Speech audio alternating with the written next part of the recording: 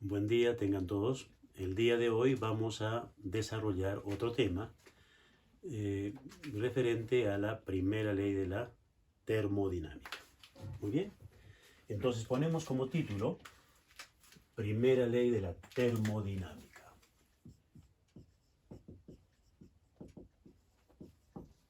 Primera ley de la termodinámica.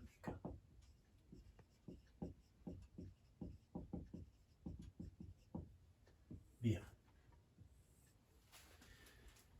Esta ley, vamos a decir, es una nueva versión o una versión diferente de lo que es el principio de conservación de la energía, que se ve en los temas de mecánica.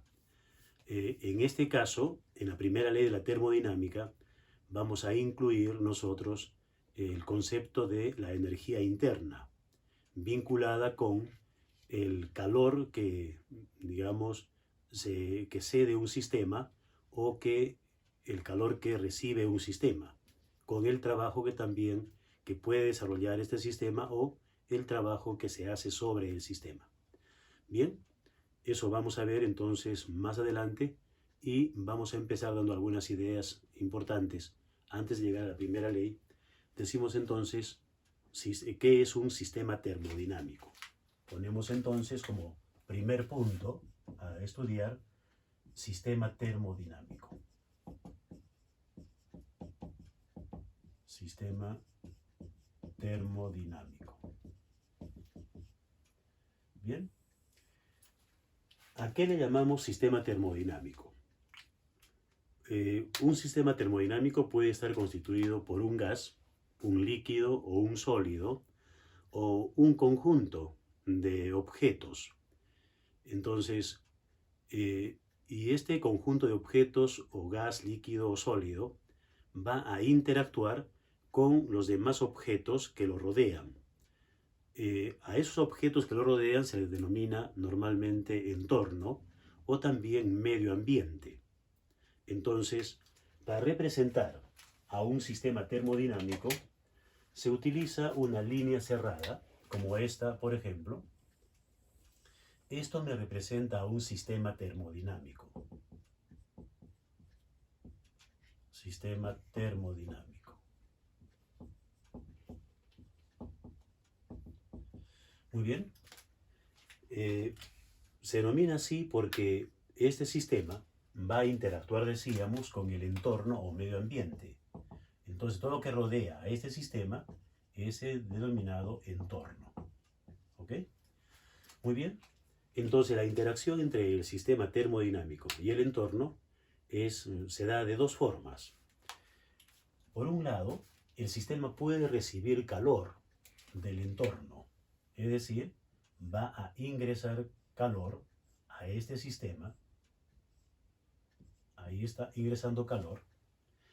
Y también vamos a decir el sistema, al recibir calor, podría estar, decimos, aumentando su temperatura. ¿Por qué? Porque ese calor que recibe se convierte en energía cinética de traslación. En el caso de los gases, energía cinética de traslación y de rotación. En el caso de los gases que son diatómicos, o también podría convertirse en una energía cinética de vibración en el caso de los sólidos, y también podría aumentar ello la energía potencial de interacción molecular en el sólido. De manera, sea como cual sea la situación, el calor que se recibe va a servir justamente para aumentar esas energías, ya sean cinéticas de traslación, rotación, vibración, o también la energía potencial de interacción eléctrica entre las moléculas, dependiendo de qué sistema termodinámico se trate. Bien, y claro, entonces si aumenta esa energía, obviamente va a aumentar la temperatura, y el incremento de temperatura va a provocar, como ya se sabe, la expansión del sistema. Por lo tanto, esa expansión va a significar que está desarrollando trabajo sobre el medio ambiente o entorno. Por lo tanto, ese sistema termodinámico puede estar desarrollando, decimos, un trabajo sobre el entorno. Muy bien. Ahora, también decimos el sistema termodinámico podría ser aquel que está más bien cediendo calor al entorno. Entonces aquí tenemos nosotros el entorno y el sistema termodinámico. Muy bien. Entonces en este caso, el sistema termodinámico va a ceder calor hacia el entorno y ahí está entonces cediendo calor. Pero si cede calor, entonces va a ocurrir todo lo contrario, es decir, lo contrario del caso anterior, va a disminuir su energía cinética de traslación, de rotación, de vibración, o también va a provocarse una disminución en la energía potencial de interacción molecular de origen eléctrico. Y otra vez decimos dependiendo de qué sistema se trate, ¿correcto? Y obviamente va a bajar su temperatura y eso va a hacer que probablemente reduzca su volumen. Por lo tanto, se dice que en ese caso estaría haciéndose trabajo sobre el sistema. ¿Quién lo hace? Lo hace el medio ambiente o entorno. Entonces, ahí es el trabajo. Bien. Y por lo tanto, se tiene que decidir qué signo le colocamos al trabajo y qué signo se le coloca al calor. Entonces, convencionalmente, esto ya es una situación tradicional, de que si el sistema recibe calor, a ese calor se lo considera positivo, ¿correcto? Y si el sistema hace trabajo sobre el entorno, a ese trabajo también se lo considera positivo. Muy bien. En la otra situación, si el sistema está cediendo calor, entonces a ese calor se lo considera negativo. Y cuando se hace trabajo sobre el sistema, a ese trabajo también se lo considera negativo. Este es un convencionalismo de signos que se maneja de manera tradicional, ¿correcto? Diríamos desde que se dio a conocer la primera ley de la termodinámica.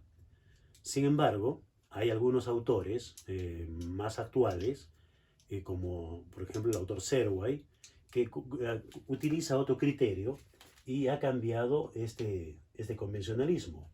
Dice él de que si el sistema desarrolla el trabajo, ese trabajo será negativo, y cuando el sistema recibe trabajo, es decir, se hace trabajo sobre el sistema, ese trabajo va a ser positivo. Ya vamos a ver más adelante, digamos, ese cambio en el convencionalismo para el trabajo, cómo, digamos, Serway lo concilia con la expresión de la primera ley de la termodinámica. Por ahora, nosotros vamos a manejar este convencionalismo tradicional, ¿correcto? Bien, entonces, esto es en cuanto a los sistemas termodinámicos, y ahora vamos a escribir, decimos, nuestro segundo punto, que se refiere al trabajo realizado al cambiar el volumen. Ponemos entonces otro punto aquí, trabajo realizado al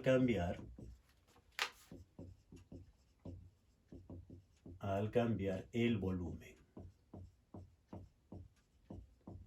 Muy bien.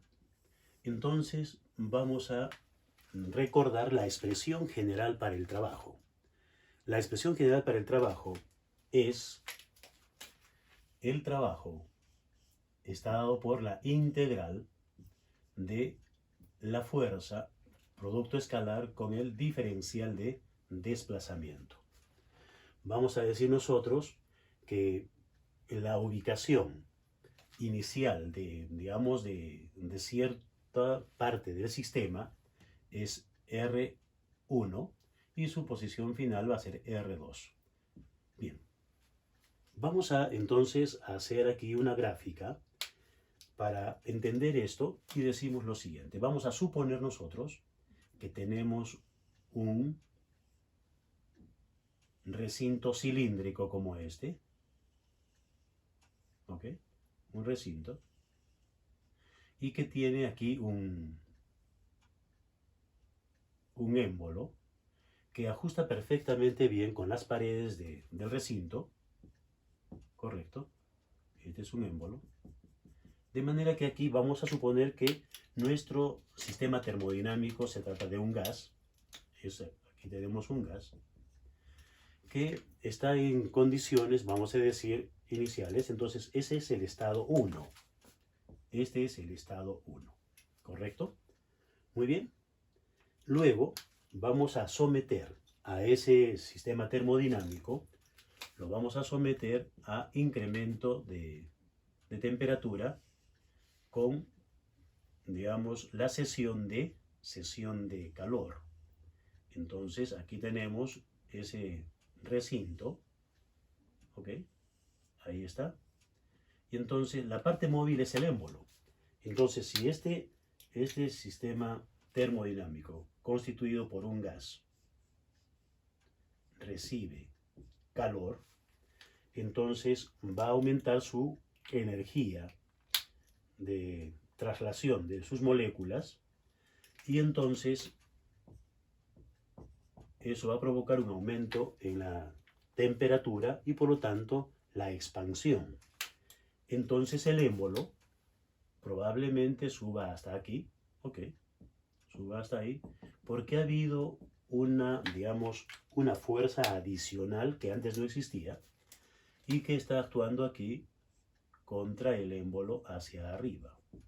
Esa fuerza obviamente está actuando sobre el área del émbolo y entonces ahí tenemos nosotros el área de ese émbolo. Muy bien, entonces vamos a decir nosotros que esta va a ser el estado 2 de ese gas. Bien, entonces vamos a decir, ¿cuál es la posición inicial del émbolo? La posición inicial del émbolo fue esta. Aquí trazamos esta línea. La posición inicial del émbolo fue justamente esa altura. Este fue el R en el estado 1, ¿correcto? Pero ahora vamos a tenerlo aquí. Este es ahora el R en el estado 2. Entonces ha habido un desplazamiento desde R1 hasta R2. Muy bien. Entonces este es el desplazamiento que ha sufrido el émbolo debido a esa fuerza. Muy bien. Entonces, como podemos ver, el desplazamiento y la fuerza tienen la misma orientación, el mismo sentido. Entonces, desarrollando esa expresión, decimos, el trabajo va a ser igual a la integral, el módulo de la fuerza, por el módulo del diferencial de desplazamiento y por el coseno de 0, que es 1. Y entonces se va a desplazar desde R1 hasta R2 el émbolo. Muy bien. Pero ahora decimos nosotros lo siguiente. La presión, ¿a qué es igual? Entonces, vamos a decir aquí. La presión es igual a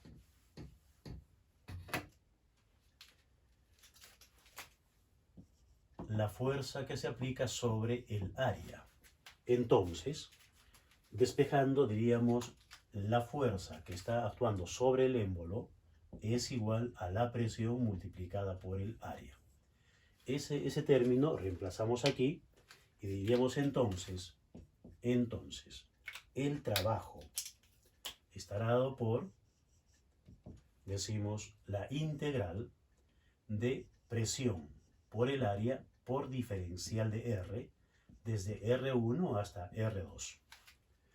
Pero ahora, si analizamos nosotros, digamos, esta gráfica, el área por diferencial de desplazamiento sería un diferencial de volumen, ¿correcto? Entonces, el trabajo, decimos, es igual a la integral desde R1, perdón, antes vamos a colocar la expresión aquí, decimos presión por diferencial de volumen. Entonces, como estamos cambiando, digamos, la variable de integración, tenemos que cambiar nuestros límites. Entonces, el volumen va a ir desde el estado 1 hasta el estado 2. Entonces aquí obviamente había un volumen B sub 1 y aquí tenemos un volumen B sub 2. Por lo tanto, vamos a integrar desde el volumen 1 hasta el volumen 2. Haciendo entonces, esta sería la expresión para el trabajo. Ecuación esta, ecuación 1. ¿Correcto? Bien, pero ahora, ¿qué sucede si la presión es constante? Si la presión es constante, decimos entonces, aquí, si la presión es constante, tendríamos lo siguiente. Entonces, si la presión fuese constante, entonces, lo que tendríamos es que el trabajo estará dado por, la presión sale fuera de la integral de diferencial de volumen, desde el volumen inicial hasta el volumen final, desde el estado 1 hasta el estado 2. Esta integración es sencilla y simplemente decimos el trabajo, entonces es igual a la presión por el volumen que cambia desde el estado 1 hasta el estado 2. Reemplazando esos límites, sería la presión constante por el volumen en el estado 2 menos el volumen en el estado 1. Este sería el trabajo en el caso de que la presión sea constante. Expresión 2. Muy bien. Entonces, ahora lo que vamos a ver es, gráficamente, cómo podemos ver el trabajo representado, decimos, en esa gráfica. Tenemos lo siguiente. A ver, siempre se utiliza en termodinámica la gráfica PV, presión contra volumen. La presión en el eje de las ordenadas y el volumen en el eje de las abscisas. Entonces, vamos a suponer nosotros, en el primer caso, para la ecuación 1, que la presión es variable. Entonces, vamos a suponer que decimos nosotros, aquí tenemos la presión en el estado 1 y aquí la presión en el estado 2. ¿Correcto? Y el volumen, ok, entonces el volumen aquí, volumen en el estado 1 y el volumen en el estado 2, un volumen mayor. Y entonces vamos a tener nosotros que el sistema termodinámico va a ir desde el estado A hasta el estado B, ¿correcto? Entonces, o el estado 1 hasta el estado 2. Entonces, aquí tenemos, esto corresponde al estado 1 y esto corresponde al estado 2. En el estado 1 tenemos presión 1, volumen 1. En el estado 2, presión 2, volumen 2. Muy bien. Entonces, como la presión es variable y el volumen también, el proceso termodinámico, para pasar de 1 a 2, podría ser de esta forma. Probablemente haya sido así. Entonces, luego decimos, el área que está por debajo de esta función, esta área, me representa al trabajo que se está haciendo. Esto es el trabajo. Muy bien, eso para el caso de presión variable. Pero si la presión fuese constante, tendríamos aquí otra gráfica, presión contra volumen, presión contra volumen, y vamos a suponer que la presión es constante, entonces tendríamos aquí una presión constante y el volumen va a ser variable, volumen 1, volumen 2. Entonces vamos a decir que el sistema termodinámico va a pasar del estado 1 al estado 2, pero digamos desarrollando un trabajo que es a presión constante. Por lo tanto, decimos, este es el estado 1, este es el estado 2 y la presión es constante. Bien, Entonces, para pasar de estado 1 a estado 2, simplemente se tiene esto. De esa forma ha pasado el sistema termodinámico del estado 1 al estado 2 y otra vez el área que está por debajo de esa función, esta área, me representa al trabajo, a ese trabajo. Muy bien.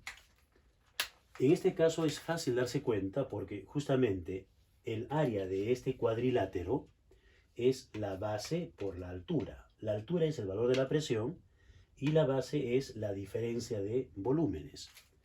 Entonces, claramente vemos aquí que efectivamente el área que está por debajo de esa función me representa el trabajo. Aquí, obviamente, también esa área me representa el trabajo, pero tenemos que hacer la integración. Bien, esto es entonces para presión variable y para presión constante. Bueno, ahora pasamos a otro punto y vamos a ver qué son las trayectorias entre estados termodinámicos. Ponemos entonces aquí otro puntito y decimos, entonces, ponemos otro punto, decimos trayectorias.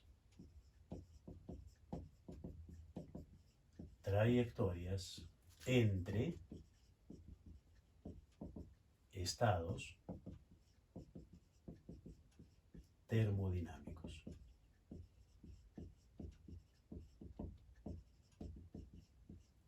Bien. ¿A qué se le llama trayectoria? Justamente en estas gráficas anteriores tenemos eso. Aquí hay una trayectoria y esta es otra trayectoria. La trayectoria viene a ser la ruta que sigue un sistema termodinámico para cambiar de estado.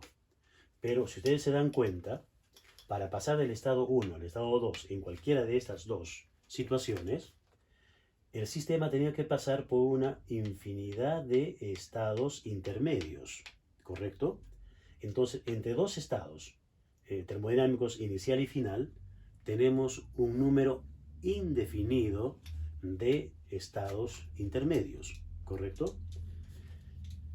Por lo tanto, ¿qué vendría a ser una trayectoria termodinámica entre estados termodinámicos? Vendría a ser una sucesión continua de un número innumerable de estados.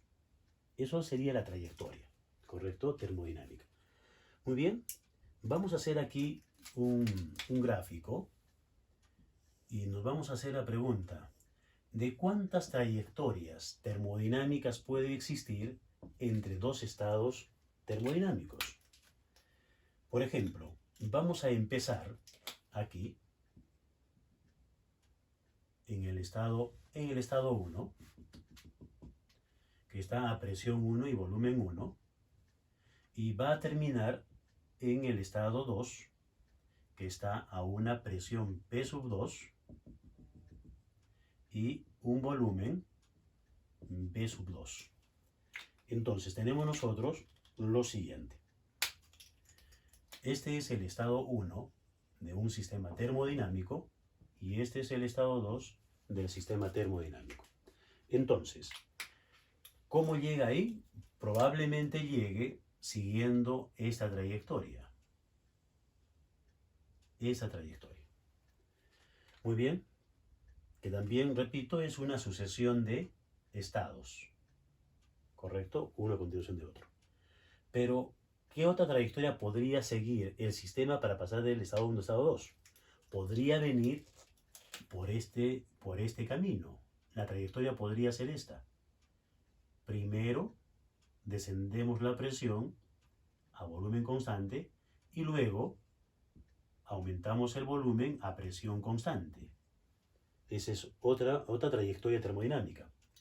Podría darse otra trayectoria como esta, por ejemplo. Esta otra trayectoria termodinámica. Esa otra.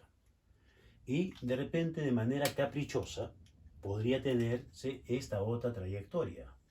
Una trayectoria totalmente complicada como esa. Entonces, para pasar de un estado a otro, se tiene un número indeterminado de trayectorias termodinámicas Y cada trayectoria termodinámica es una sucesión de estados también termodinámicos de un número indeterminado. Bien, eso es la trayectoria entre estados termodinámicos. Bien, vamos a ver ahora otro temita en el cual vamos a analizar lo siguiente.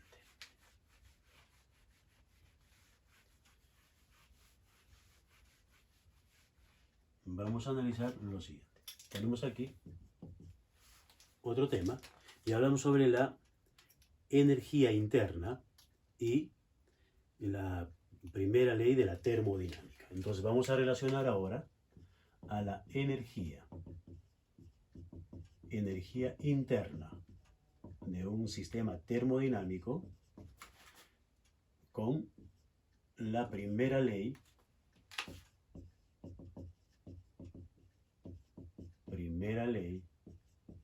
de la termodinámica.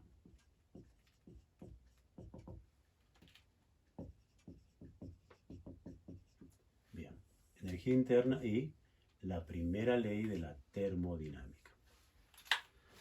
Bien, para esto entonces vamos a volver a hacer una gráfica del sistema termodinámico. El sistema termodinámico está aquí. Este es el sistema termodinámico y alrededor está su entorno o medio ambiente. Bien. Vamos a suponer que el sistema va a recibir calor del medio ambiente, entonces está ingresando calor desde el medio ambiente. Muy bien. Y como está ingresando, según el convencionalismo, ese calor va a ser positivo. Bien. Ese calor que recibe el sistema termodinámico, decíamos, va a convertirse en una mayor energía cinética de traslación si es que se usó un gas, ¿no es cierto? O también, si es un gas diatómico, energía cinética de traslación y energía cinética de rotación. Si fuese un sólido, tendríamos aquí que ese calor se va a transformar en un incremento en la energía cinética de vibración y también en un incremento en energía potencial eléctrica de interacción molecular. Muy bien. Entonces, al incrementarse esas energías, lo que está sucediendo es que se va a incrementar la energía interna. ¿Qué es la energía interna? La energía interna es la suma de todas las energías que puedan tener las moléculas de ese sistema termodinámico. Entonces, probablemente haya un incremento en energía interna, probablemente. Y entonces ponemos delta U. U mayúscula es el símbolo de la energía interna. Muy bien. Entonces no solamente puede provocar un incremento en la energía interna, sino también el sistema se puede expandir y por lo tanto desarrollar trabajo. Entonces podría estar desarrollando trabajo sobre el medio ambiente. Y según nuestro convencionalismo, el trabajo sería positivo en este caso. Muy bien. Entonces, también podríamos decir nosotros de que el sistema podría estar cediendo.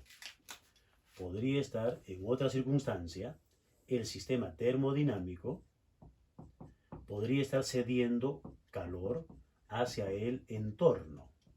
¿Ok? Entonces, si cede calor, tendríamos esta otra representación gráfica. Está cediendo calor y al ceder ese calor, hemos dicho, se considera negativo. Si cede calor, entonces significa que está disminuyendo sus energías de traslación, de rotación, de vibración, etc. Por lo tanto, estaría disminuyendo su energía interna. Probablemente disminuya. Siempre estamos diciendo probablemente porque de repente no disminuye, más bien se mantiene constante o posiblemente suba. ¿Por qué va a poder aumentar la energía interna? Porque también este sistema podría estar sujeto a un trabajo externo. Es decir, se esté haciendo trabajo sobre el sistema. se esté haciendo. Entonces, si el ingreso de trabajo es mayor que la salida de calor, lo que va a suceder es que se va a incrementar la energía interna. Entonces, no siempre va a disminuir porque se va a calor, porque todo depende también de cuánto trabajo se hace sobre el sistema. Igual aquí, el hecho que ingrese calor no siempre va a significar que aumenta la energía interna, porque de repente ingresa calor y el trabajo que se está haciendo es mayor. Entonces, este cambio de energía interna, en un caso y en el otro, puede aumentar o puede disminuir. ¿Correcto? Bien, pero ahora vamos a ver algunas situaciones muy particulares que pueda suceder en un sistema termodinámico. El caso es el siguiente. ¿Qué sucede si en un proceso cíclico? ¿Qué es un proceso cíclico? Un proceso cíclico es una sucesión de procesos. Vamos a ver entonces en la gráfica PV una primera situación. Un caso, vamos a decir, un caso A, ¿correcto? Vamos a suponer que hay un sistema termodinámico que empieza en el estado A, sigue, digamos, una trayectoria termodinámica de esta forma hacia el estado B, ¿correcto? Hacia el estado B. Luego sigue otro proceso hacia el estado C, y luego del estado C retorna al estado A. Muy bien, ese es un proceso cíclico. Entonces, lo importante es que, digamos, en cada uno de los estados, el sistema tiene una energía interna. Entonces aquí posee una energía interna sub A. En el estado B, su energía interna es U sub B. Y en el estado C, su energía interna es U sub C. Entonces, siempre que el sistema llegue al estado A, su energía interna va a ser la misma. No va a poder, o sea, a pesar de que se está dando el ciclo, al regresar al estado A, vuelve a tener la misma energía interna que tenía al inicio. Entonces, en un ciclo como este, diríamos nosotros que, bueno, el cambio de energía interna va a ser cero, ¿correcto? Bien, y si es cero, vamos a ver qué sucede entonces en nuestra primera ley de la termodinámica. ¿Qué nos dice la primera ley de la termodinámica? La primera ley nos dice lo siguiente, que el cambio en energía interna de un sistema es igual al calor que recibe o cede el sistema menos el trabajo que realiza el sistema o se hace sobre el sistema. Esta es la primera ley de la termodinámica. A esta ecuación le vamos a poner el número 3. En nuestra ecuación 3. Bien, entonces, si decimos nosotros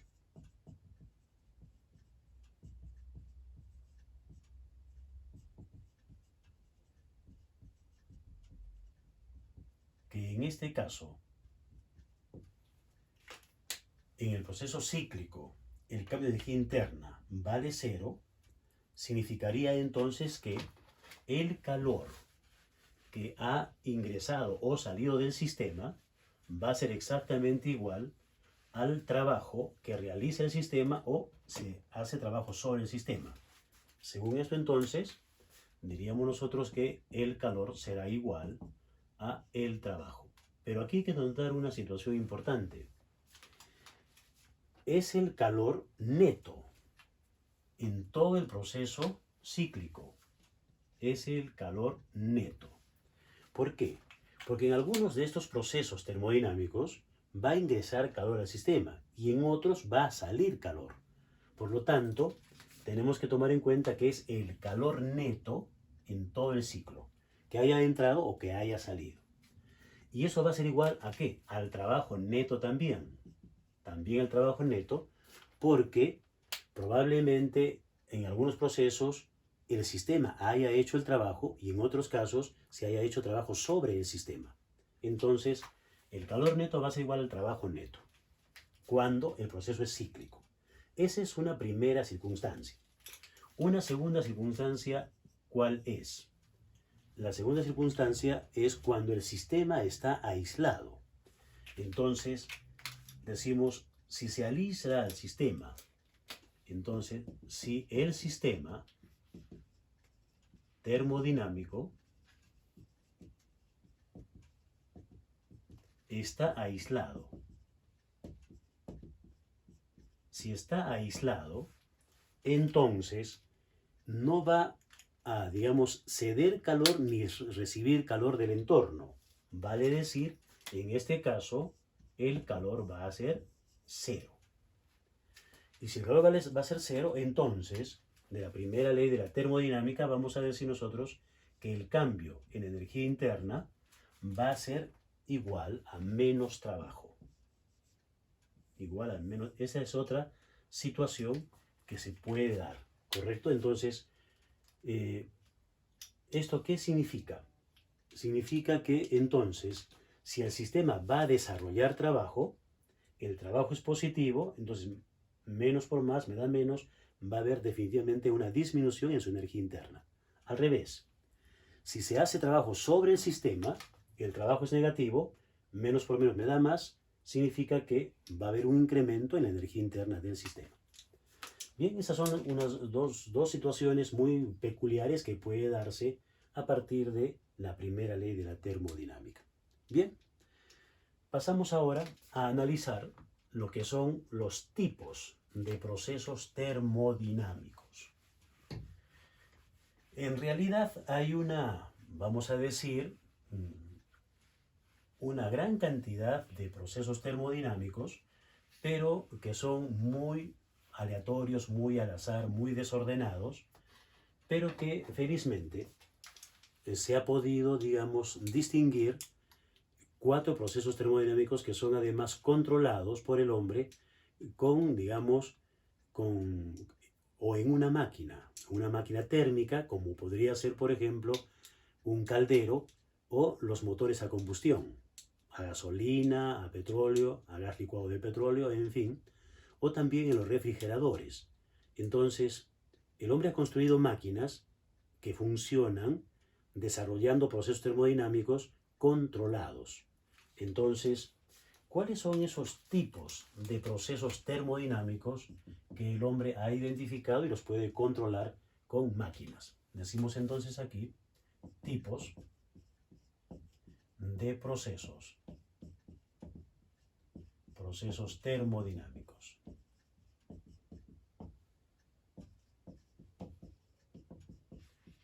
Bien. Son 4. Vamos a empezar a decir entonces el primer caso. El proceso isocórico. El proceso isocórico.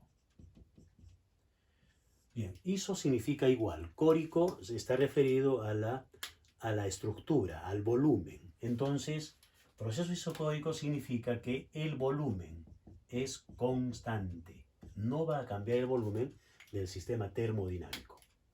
Entonces, si el volumen no cambia, el sistema no está haciendo trabajo, ni se hace trabajo sobre el sistema. Entonces, la condición inmediata a esto es que el trabajo va a ser cero. Entonces, ¿en qué queda la primera ley de la termodinámica? Entonces decimos, entonces, la primera ley será la primera ley de la termodinámica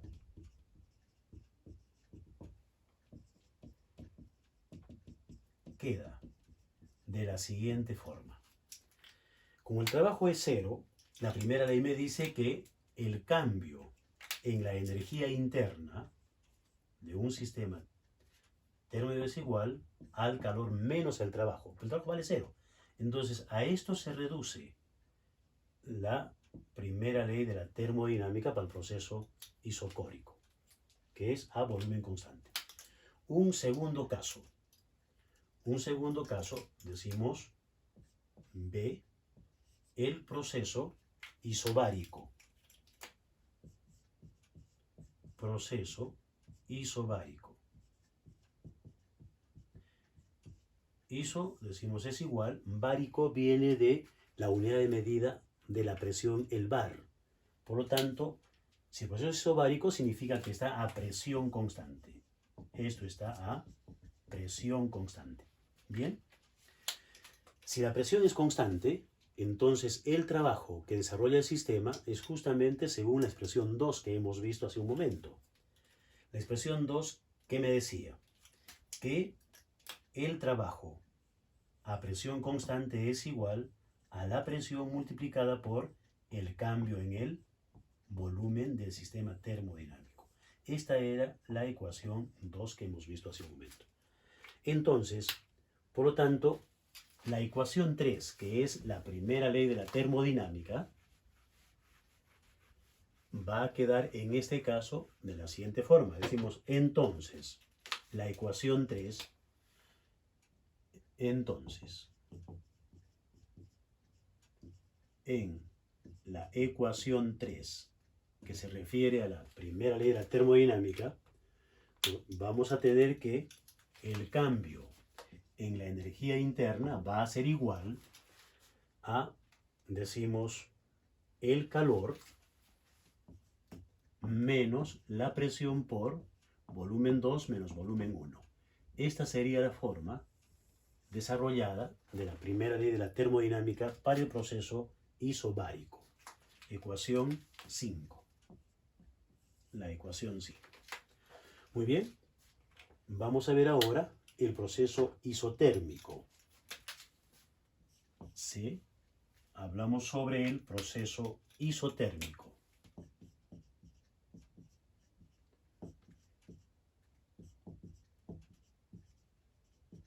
Muy bien. Iso igual térmico se refiere a temperatura, por lo tanto es a temperatura constante. Temperatura constante. Muy bien. Si la temperatura es constante, puede cambiar la presión o no. Entonces, en general, la primera ley de la termodinámica para este proceso queda exactamente igual. Decimos entonces de la ecuación 3 se tiene. Prácticamente queda igual, sin ninguna modificación. El cambio de energía interna será entonces igual al calor menos el trabajo, donde este trabajo obviamente va a estar expresado por una presión variable, porque no podría ser constante, porque tendría que ser un proceso, digamos, isobárico.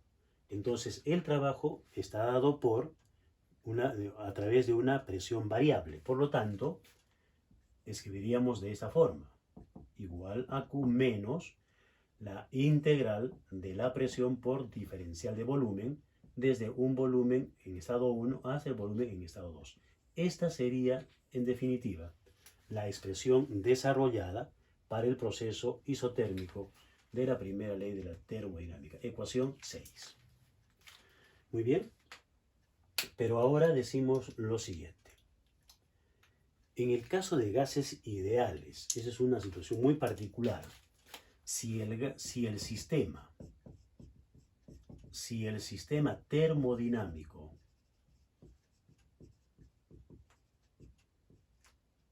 es un gas ideal, entonces, si el sistema es un gas ideal, en el gas ideal tenemos la siguiente situación particular, que la energía interna es una función de la temperatura. ¿Correcto? ¿Qué significa eso? Que la energía interna del gas ideal no depende, no es una función ni de la presión ni del volumen. ¿Qué consecuencias trae esto entonces? que como la temperatura es constante, es proceso isotérmico, como la temperatura es constante, entonces la energía interna se va a mantener constante. Por lo tanto, decimos aquí diríamos lo siguiente. Diríamos entonces que como la energía interna, como la temperatura es constante, entonces la energía interna también se mantiene constante. Y si es así, por lo tanto, en consecuencia, el cambio en la energía interna va a ser cero. Esto es válido solamente para procesos isotérmicos. Y entonces, si la energía interna, su cambio vale cero, diríamos entonces, en la ecuación 6, o la ecuación 6 se reduce a. Entonces, la ecuación 6 se reduce a. Esto es cero, entonces podríamos pasar la presión, el calor hacia la izquierda y cambiamos de signo y diríamos entonces que el calor va a ser igual al trabajo, o lo que es lo mismo, el calor sería igual a la integral de la presión por diferencial de volumen desde el estado 1 hasta el estado 2. Bien, pero esto, cuidado, ecuación 7, no es exactamente igual al caso que hemos visto en proceso cíclico. En el proceso cíclico que hemos visto hace un momentito decíamos que el calor neto es igual al trabajo neto. Aquí no, esto es en un solo proceso, no es un proceso cíclico, es un proceso abierto, el proceso isotérmico. Por lo tanto, esta expresión no es lo mismo que en el proceso cíclico, no es lo mismo. ¿Ok? Entonces hay que tener cuidado en ello, en cuanto a la interpretación. Ahora, esta expresión, ¿qué me está diciendo? Que el sistema que recibe calor, todo ese calor lo va a utilizar para hacer trabajo. Pero eso es para los casos de gas ideal, ¿correcto? En el mundo real eso no sucede. En el mundo real, el calor que ingresa a un sistema no se transforma todo en trabajo, a pesar que sea un sistema o un proceso isotérmico. No es así.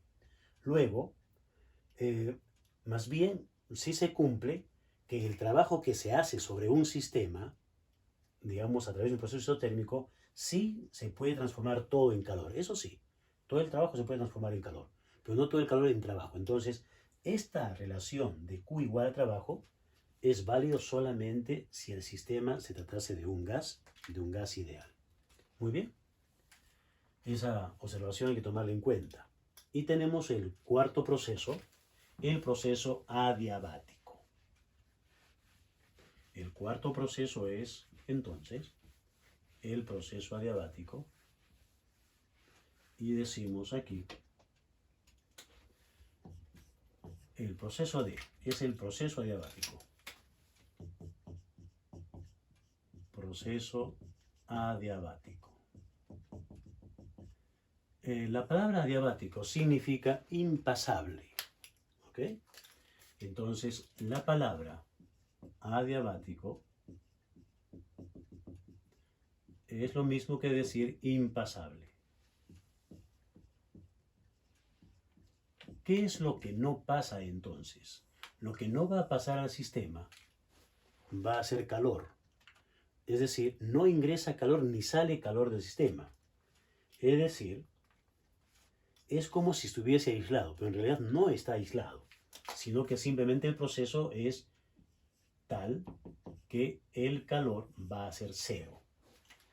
Este proceso adiabático se puede presentar, digamos, cuando se destapa una gaseosa. Es decir, cuando se da el proceso de manera muy violenta.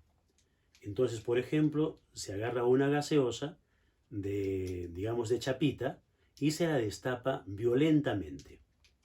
Es tan rápido el proceso que se va a expandir, ¿no es cierto?, el gas que está en la gaseosa y se nota.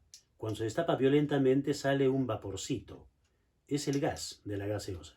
Entonces hay una expansión violenta al haber destapado esa gaseosa y obviamente no le da tiempo al sistema termodinámico intercambiar calor con el medio ambiente. Simplemente se expandió y al expandirse se va a enfriar. Es decir, va a bajar la temperatura, pero no está cediendo calor. Lo mismo sucede cuando, algo similar es cuando se presiona la salida de un ambientador. Si se dan cuenta ustedes, cuando sale un poco del gas de ese ambientador, se siente más frío el tubo. Y es que hay un proceso adiabático, se ha expandido el gas al salir del ambientador y obviamente es tan violento ese proceso que baja la temperatura, pero no hay intercambio de calor con el medio ambiente. Entonces, esos son dos ejemplos en los cuales se tiene proceso adiabático. Entonces, el calor es cero, por lo tanto, ¿en qué queda la primera ley de la termodinámica? Decimos, entonces, en la ecuación 3 se tiene. Como el calor vale cero, entonces el cambio de energía interna va a ser igual a menos el trabajo. Esto es válido entonces para el proceso adiabático, ecuación número 8.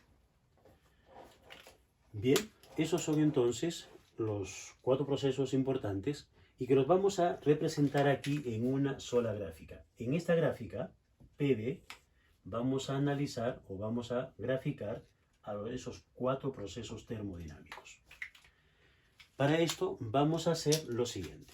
Vamos a dibujar las llamadas isotermas. Las isotermas son una familia de curvas que tienen esta forma.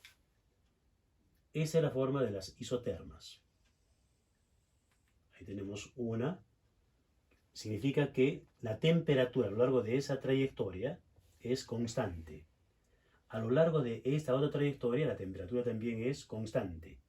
A lo largo de esta otra también la temperatura va a ser constante.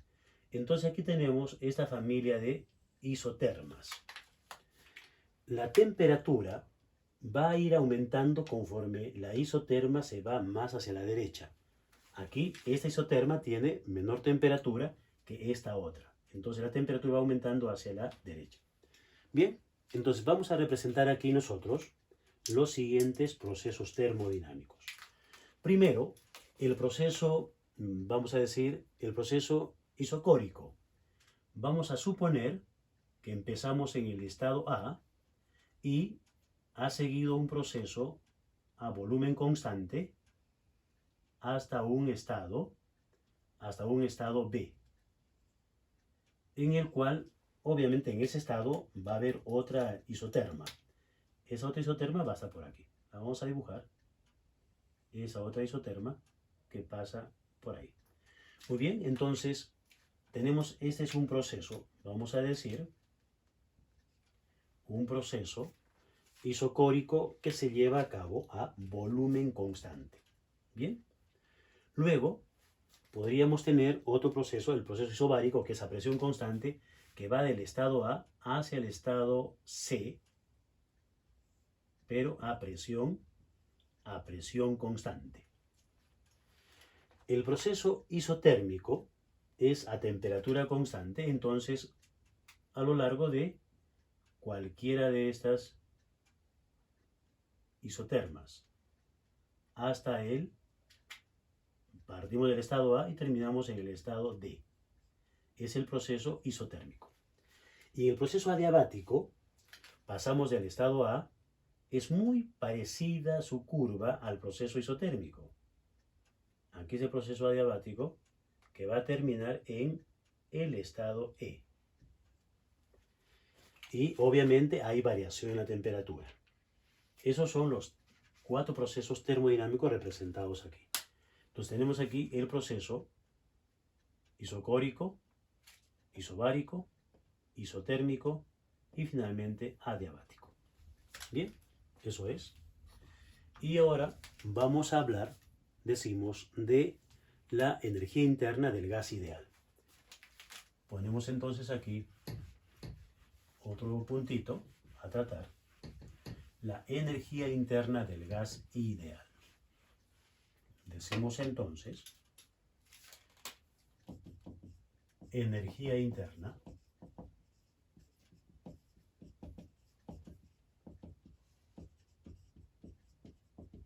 del gas ideal.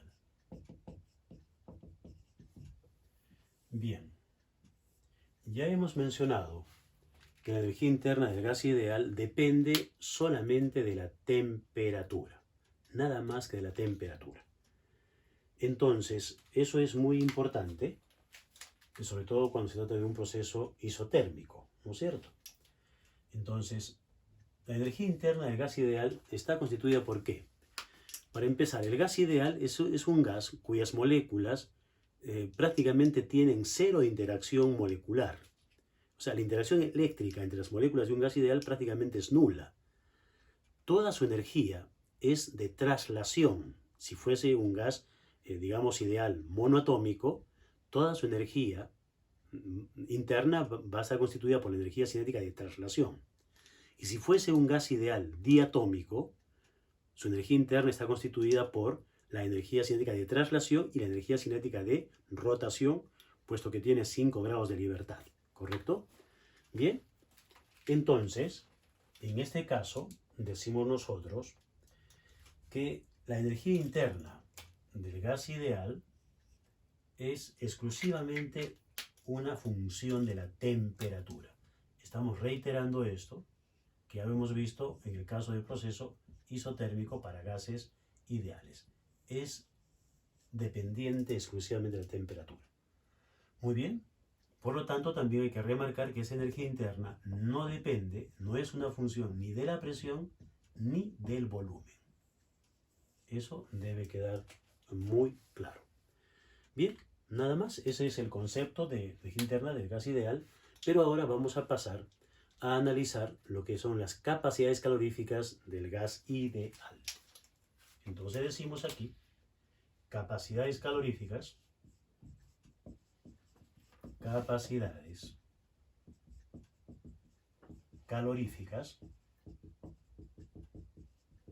del gas ideal.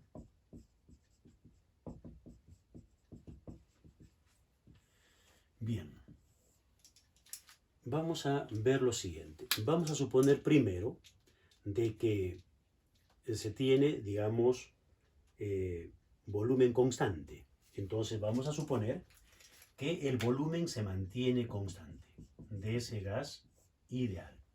Entonces la cantidad de calor que necesita para elevar su temperatura va a ser igual a, la cantidad de calor será igual a el número de moles por su capacidad calorífica a volumen constante. C mayúscula sub B significa a volumen constante. Y esto por el cambio de temperatura. Ahora decimos nosotros, ¿qué sucede si el sistema recibe una cantidad diferencial de calor? Su incremento de temperatura también va a ser diferencial. Entonces, si el sistema recibe, decimos, una contribución diferencial de calor, tendríamos aquí número de moles, la capacidad calorífica por diferencial de temperatura. Esta ecuación es importante porque ahora decimos nosotros, como la energía interna depende solamente de la temperatura, entonces si ese gas ideal recibe esa cantidad diferencial de temperatura, entonces su energía interna va a aumentar también en una cantidad diferencial.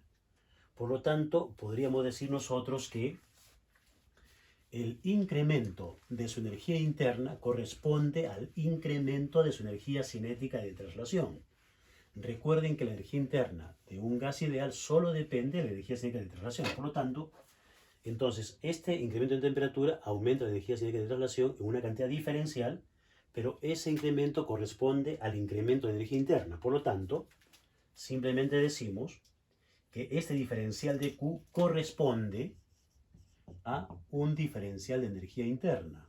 Por lo tanto, puedo decir que el incremento diferencial de la energía interna es igual a número de moles, capacidad calórica por volumen constante y por la diferencial de temperatura. Bien, esta ecuación entonces, vamos a ir poniendo números. Esta será la ecuación número 9 y esta será la ecuación número 10. Bien, luego decimos, ¿qué pasa si ahora el gas está digamos, vamos a tener procesos a presión constante? Entonces ahora, ¿qué sucede si ahora la presión en la que se mantiene constante? ¿Cuánto calor va a necesitar el sistema para elevar su temperatura?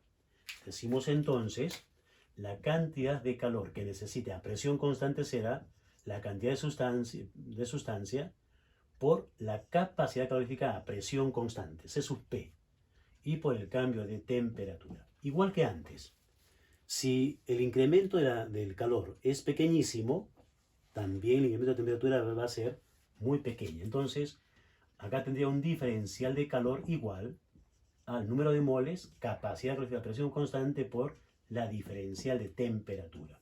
Ecuación esta, 11. Y por otro lado, vamos a decir nosotros lo siguiente. Si la presión es constante, el trabajo ¿a qué va a ser igual? Entonces, como la presión es constante, como la presión se mantiene constante, entonces el trabajo va a estar dado por, vamos a decir, por la expresión de, decimos, presión por el cambio en el volumen. Volumen 2 menos volumen 1, decíamos, esto en la ecuación 2. Esto refiriéndonos a la ecuación número 2. Muy bien. Ahora, este trabajo obviamente es igual a la presión por el cambio en el volumen. Otra vez, si se ha dado poco calor, una cantidad diferencial de calor al sistema, y su temperatura aumenta muy poquitito, entonces también podría desarrollarse, digamos, un incremento en el volumen diferencial. Entonces tendríamos presión por diferencial de volumen, y aquí el trabajo sería un diferencial de trabajo. Muy bien. Luego decimos, apelando a la ecuación de estado del gas ideal. Ahí tenemos, por ejemplo, aquí vamos a ponerle simplemente una ecuación asterisco, y decimos luego, de la ecuación de estado del gas ideal, ¿qué se tiene? A ver, de la ecuación de estado del gas ideal. Decimos entonces, de la ecuación de estado del gas ideal, de la ecuación de estado del gas ideal, se tiene.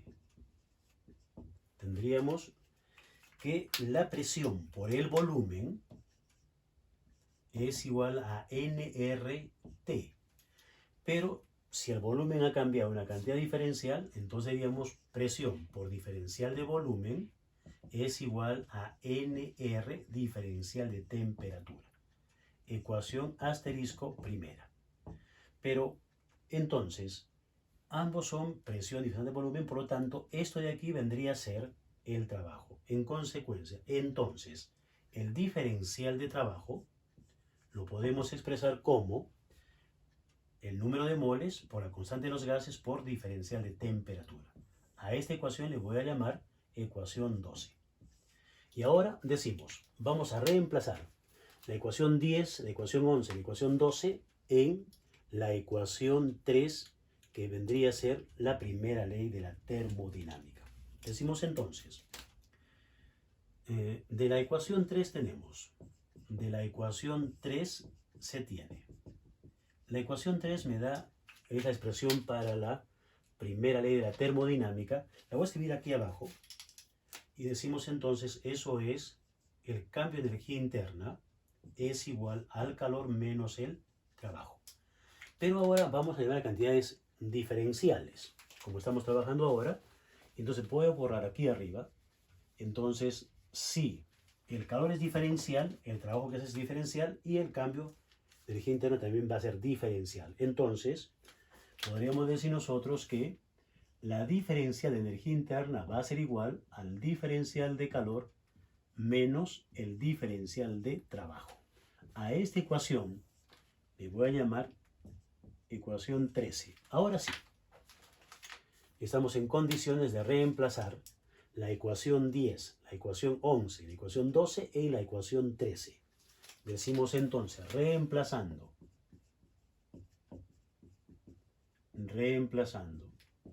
las ecuaciones 10, 11 y 12 en 13, en la ecuación 13. Bien, si hacemos eso, reemplazamos aquí NCB diferencial de T, que es la ecuación 10. Entonces vamos a hacer eso y decimos entonces, tendríamos aquí el número de moles, la capacidad calorífica, volumen constante, por la diferencial de temperatura. Igual. Diferencial de calor está aquí. Número de moles, capacidad calorífica, presión constante por diferencial de temperatura. Menos diferencial de trabajo que tenemos acá, NR diferencial de T. NR diferencial de la temperatura. Listo, ya está todo reemplazado. Ahora sí ya podemos borrar. Y entonces diríamos lo siguiente. En esa expresión, factor común es el número de moles. Por lo tanto, eliminamos el número de moles. Se cancela. También cancelamos el diferencial de temperatura. Por lo tanto, nos queda que la capacidad calorífica a volumen constante es igual a la capacidad calorífica a presión constante menos la constante de los gases.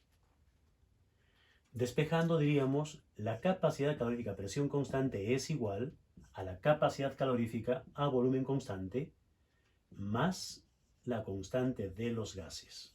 Esta relación es importantísima, ecuación 14.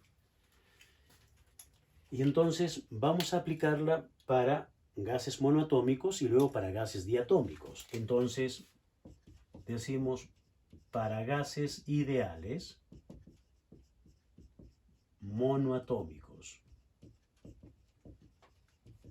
Para gases ideales monoatómicos diríamos entonces que la capacidad calorífica a presión constante es igual. Recuerden que la capacidad calorífica a volumen constante de un gas ideal monoatómico es 3 medios de R. 3 medios de R. Lo hemos visto eso cuando hemos hablado sobre las propiedades térmicas de la materia. A esto hay que sumarle R. Entonces decimos 3 medios de R más 2 medios de R es 5 medios de R. Tenemos entonces 5 medios de R es la capacidad calorífica a presión constante de un gas monoatómico. Ecuación 15.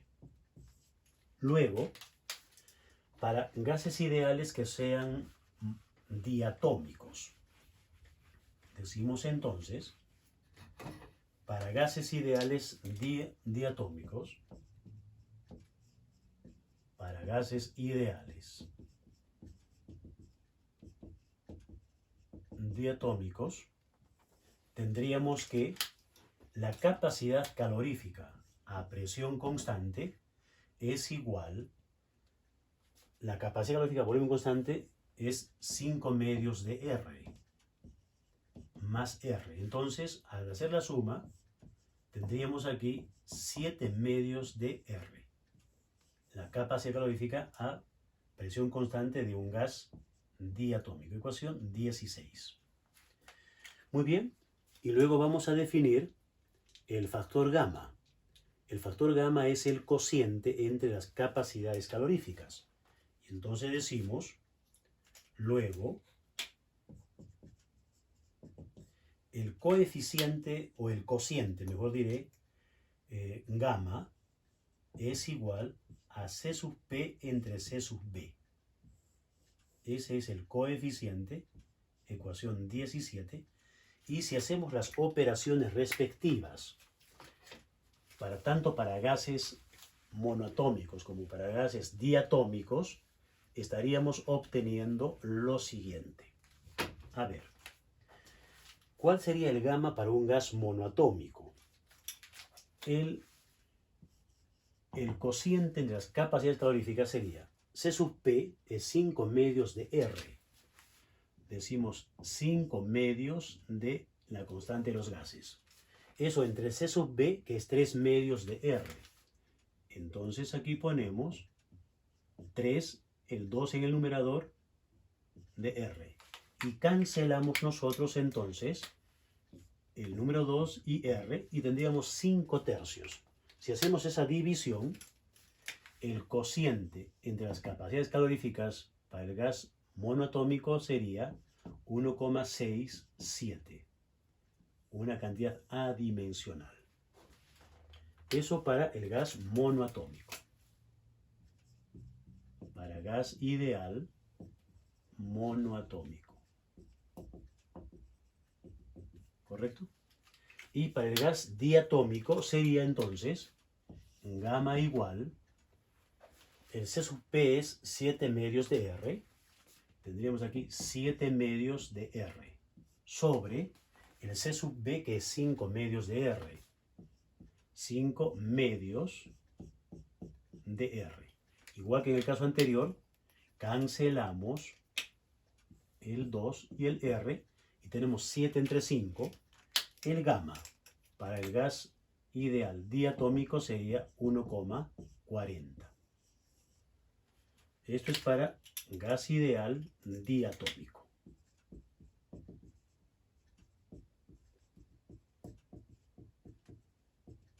Muy bien. Entonces ahora vamos a pasar rápidamente a ver el último punto de este capítulo, donde hablamos sobre los procesos adiabáticos de un gas ideal. Bien, entonces borramos por aquí y el último punto que vamos a tratar entonces, y culminamos este tema de la primera ley de la termodinámica desarrollando el tema. Decíamos procesos adiabáticos,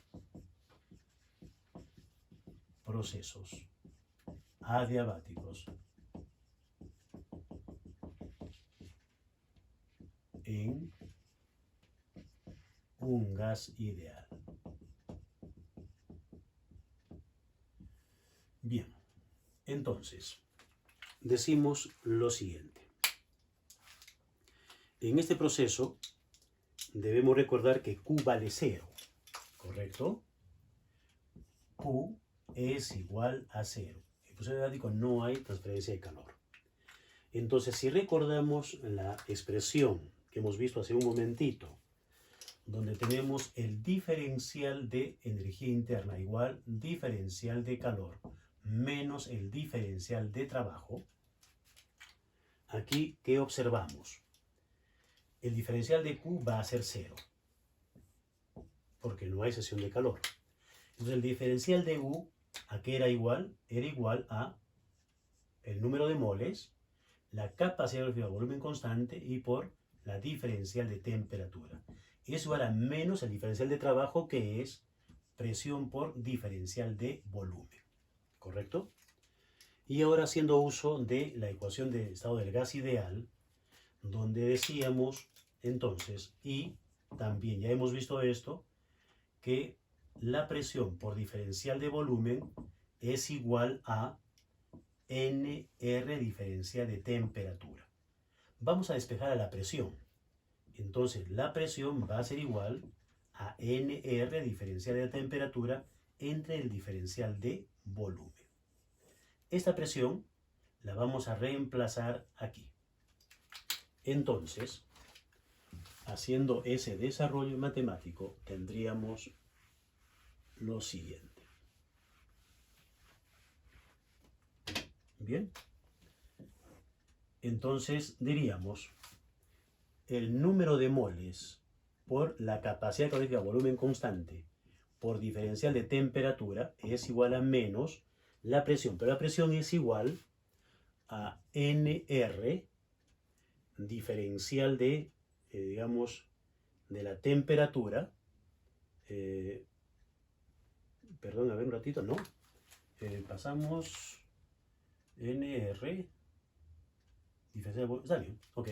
Entonces la presión sería esto de aquí. Entonces diríamos acá R, diferencial de la temperatura, sobre diferencial de volumen. Bien, vamos a ver entonces. Menos presión, diferencial de volumen. Por el diferencial de volumen. A ver, vamos a arreglar esto un ratito. A ver. Despejando la presión, NR diferencial de T entre diferencial de volumen. Estamos eliminando la presión. Al reemplazar tendríamos entonces NR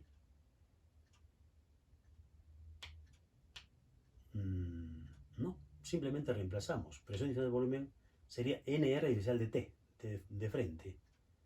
Entonces, a ver. ¿Esto es correcto? Sí, también esto está bien. De la ecuación de estado de gas ideal tenemos presión diferencial de volumen igual a NR diferencial de temperatura. Entonces, si reemplazamos, tendríamos, despejando la presión, es N diferencial de T diferencial de B. Sí, eso está bien. Pero ahora, a ver,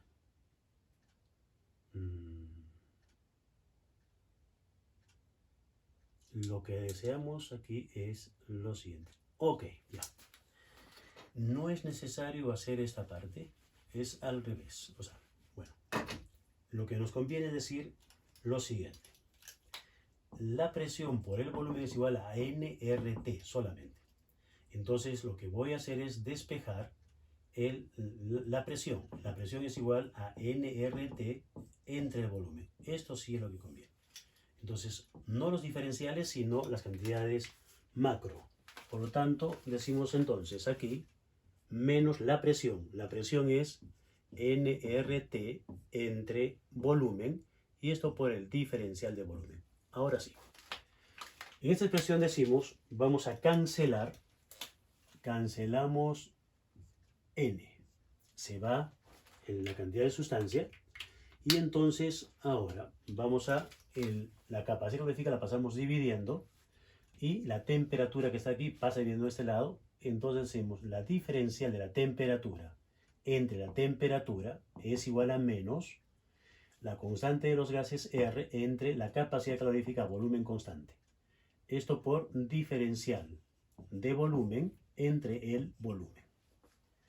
Bien, ahora vamos a pasar este término a este lado sumando la diferencial de temperatura entre la temperatura más la constante de los gases entre la capacidad calorífica volumen constante, diferencial de volumen entre volumen, esto es igual a 0. R, recuerden, es igual, donde R, recuerden, es igual a la capacidad calorífica a presión constante menos la capacidad calorífica a volumen constante.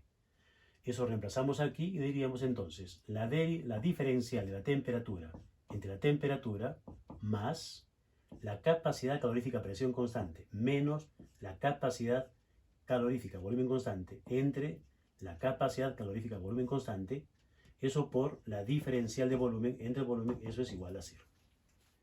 Haciendo la división aquí, diríamos entonces diferencial de temperatura entre la temperatura más C sub P entre C sub B es gamma, el cociente entre las capacidades caloríficas, menos C sub B entre C sub B es 1. Diferencial de volumen entre el volumen igual a 0. Ahora estamos en condiciones de hacer la integración. Decimos entonces integrando. Integrando se tiene. Integrando estas expresiones tendríamos lo siguiente. Integrando la integral de la diferencial de temperatura entre la temperatura más, paréntesis, gamma menos 1 que es constante, integral, diferencial de volumen entre el volumen, esto es igual a 0. Esta integración es sobre el volumen y esta sobre la temperatura. Estas integrales son el logaritmo natural.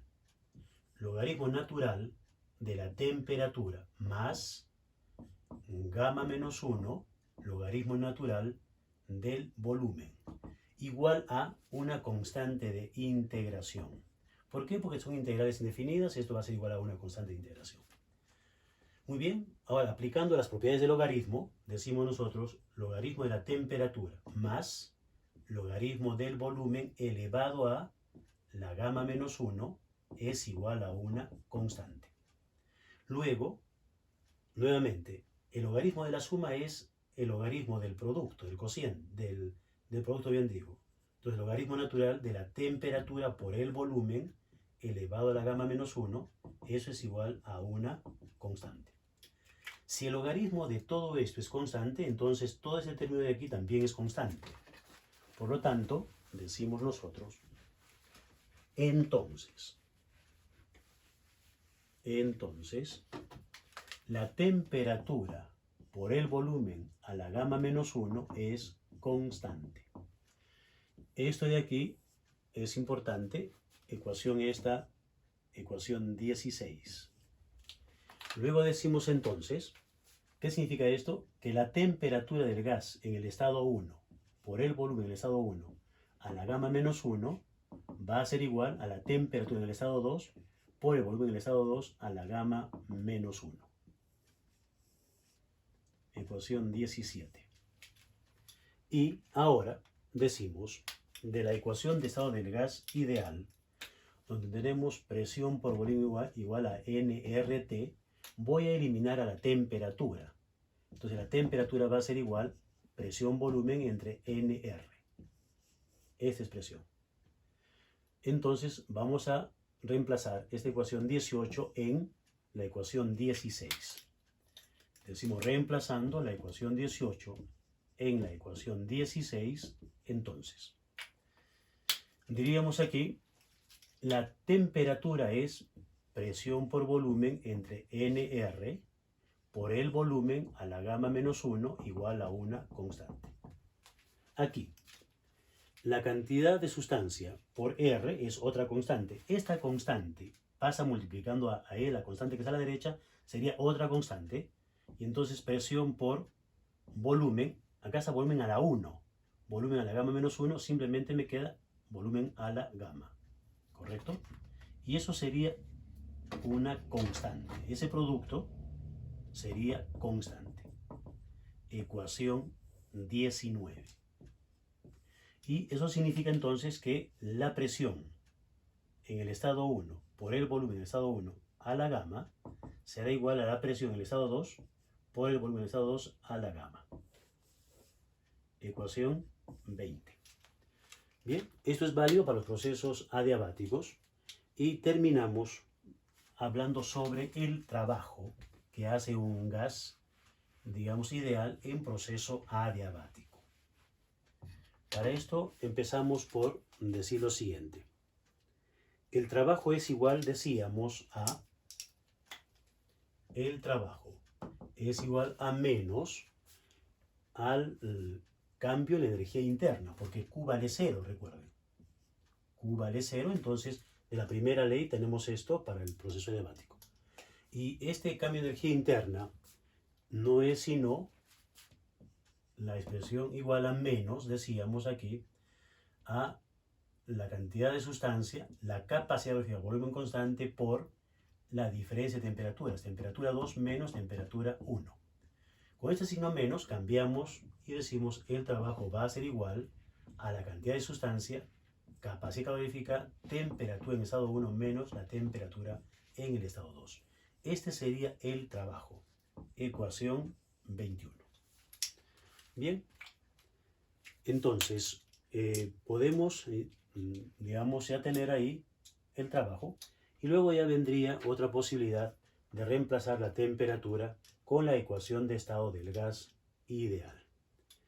Bien, hemos terminado y bueno, espero que la clase les sirva de mucho. Nos vemos en otra oportunidad.